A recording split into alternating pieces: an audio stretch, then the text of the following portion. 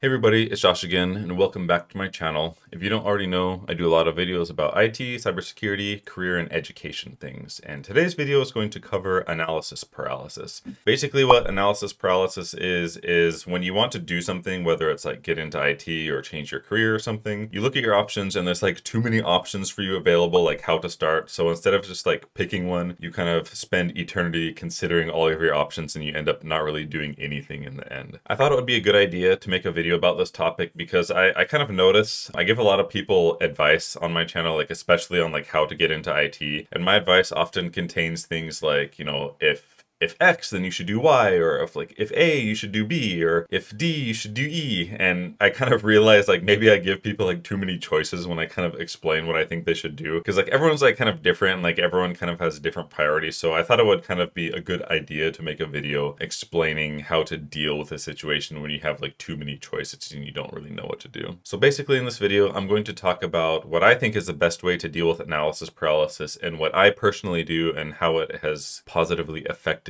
me in my career. So I think it will be really useful, even if you're not really the type of person who does this. I'm sure you'll be able to get something out of this video. So hopefully by the end, when you're done watching, if you're one of these people who are kind of like stricken with analysis paralysis, you'll have like a better idea of what to do going forward, at least you'll feel like more confident in making a decision. So yeah, let's get started. So basically, if you find yourself in a situation where you just cannot decide what to do and you've kind of deliberated over it for an extended period of time, this sounds like really simple, but the best thing to do is just pick one of the things and put a lot of effort into it and go like pretty hard on it. Because eventually, like even if it's the wrong choice, you'll have learned something about yourself. Like you'll have learned that, okay, maybe I'm like not that interested in this. And then you can always get something out of it in the end anyway. Like even if you didn't end up like sticking with that original thing. So I'll kind of use some examples in this video like that are probably like more IT centric, since that's kind of what my channel is about. But for me, for example, like way back, like before I even got into IT, like I didn't really know like which field to get into, and I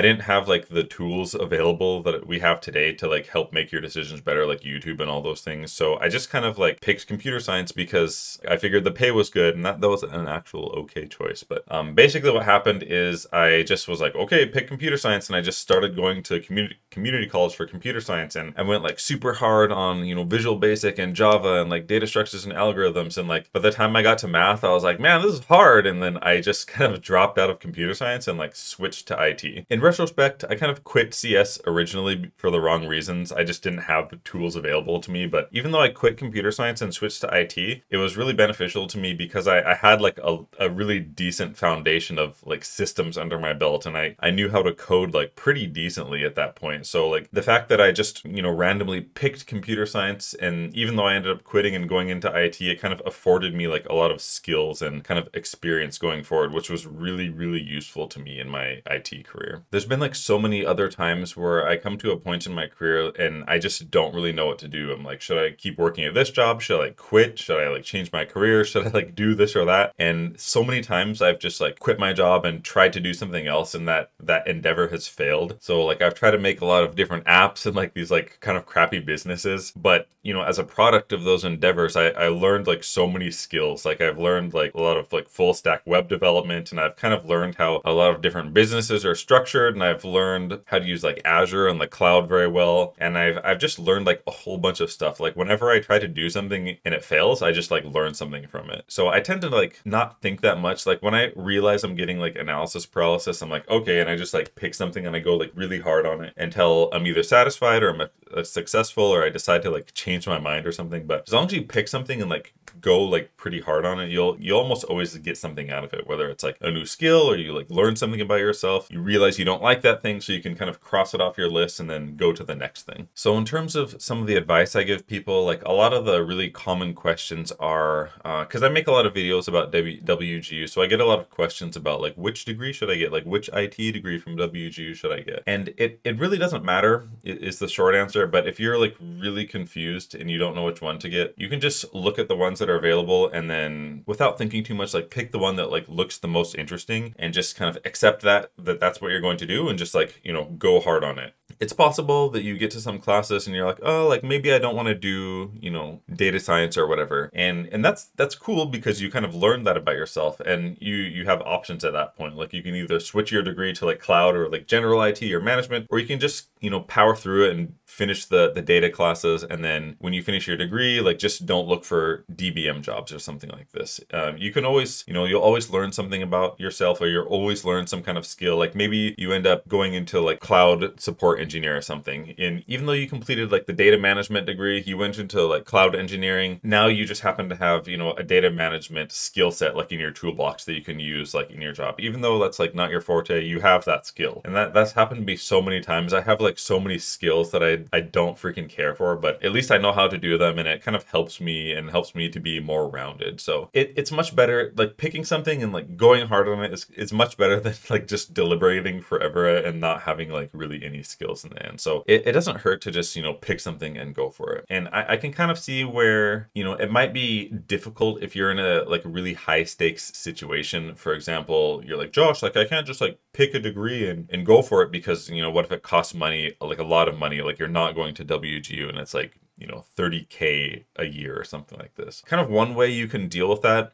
like for example, if you're trying to decide between like a cybersecurity at a brick and mortar or computer science at a brick and mortar, and you just don't know which one to go with, you can kind of postpone your enrollment and maybe explore both fields like on your own a little bit before actually enrolling. So for example, you can postpone your enrollment and like go really hard on like security plus, and if you don't like it, you can like maybe go really hard on like some coding tutorials or like a cheap coding boot camp or something, and you can kind of gauge like, you know, how much you like one versus the other, because it's still like, you know, instead of being paralyzed about it, at least you're trying to do something, and you'll learn some skills along the way, and you'll learn something about yourself, and then you can kind of take that knowledge that you've gained, and then you can kind of make your more high stakes decision, like enrolling, you know, in that 30K a year college after you kind of learned a little bit more about yourself, if that makes sense. One last kind of example of something that happened to me in my career is before I like officially like switched from IT into cybersecurity, I didn't really know how to make the jump into cybersecurity. I was like, well, what should I do? Should I just make like a defensive lab? Should I like brush up on like PCI compliance stuff? Like I don't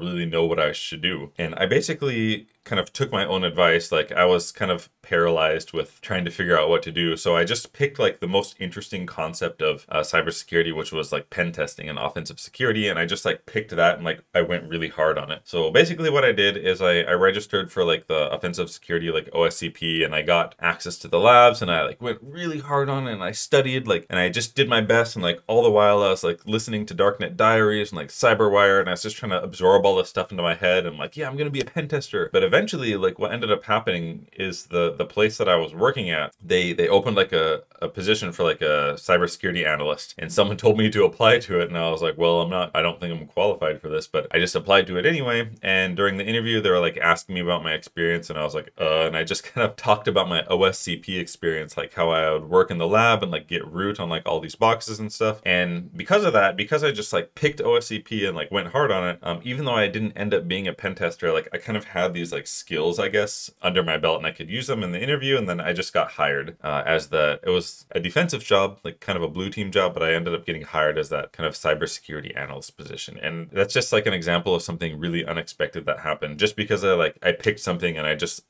did it until something happened. So yeah, I just kind of wanted to share that story. And one last thing, like you never really know what's going to happen in the future, but the main idea, this is going to sound really dumb saying it, but like the more things you do, the more things you can do, if that makes sense. So if you don't do anything, you kind of like won't develop any skills, or you won't develop any exposure, and you won't be able to do a lot of stuff. But if you're confused about what to do and you just pick one thing and like do it hard, at least you'll develop some kind of skills. And if you do this like enough times, you'll kind of reach some kind of critical mass where you're able to do like a lot of things. Even if it's like mediocre, you'll be able to like speak to a lot of things like really well, and it will come in handy to you like a lot in the future. I can't count how many times I've had an interview where the interviewer has like asked me a question and I could answer it really well just because of a failed project that I was trying to do like a couple months ago or like a year ago or something. Like I learned like a lot about like cloud computing and Azure and like full stack web development and a lot of security stuff just because like I didn't know what to do, and I just went hard on something and just happened to learn a bunch of stuff along the way. So kind of a really key takeaway from this is like the more things you do, the more things you'll be able to do in the future. So even if you get like halfway through a coding tutorial, or you build like a failed web application, or you go like, you know, halfway through the OSCP labs, that's still like something that's like a part of you that you'll be able to use in interviews and future jobs and that kind of thing. So just if you get confused, just pick one thing and just go for it. And then you'll learn something about yourself along the way or get some skills that will be useful later. But yeah, that's pretty much all I had. If you have any questions or comments, you know, feel free to leave a comment. I 100% read and respond to everybody's comments. But otherwise, if you liked this video, please feel free to like and subscribe, and we'll see you in the next one. Bye bye.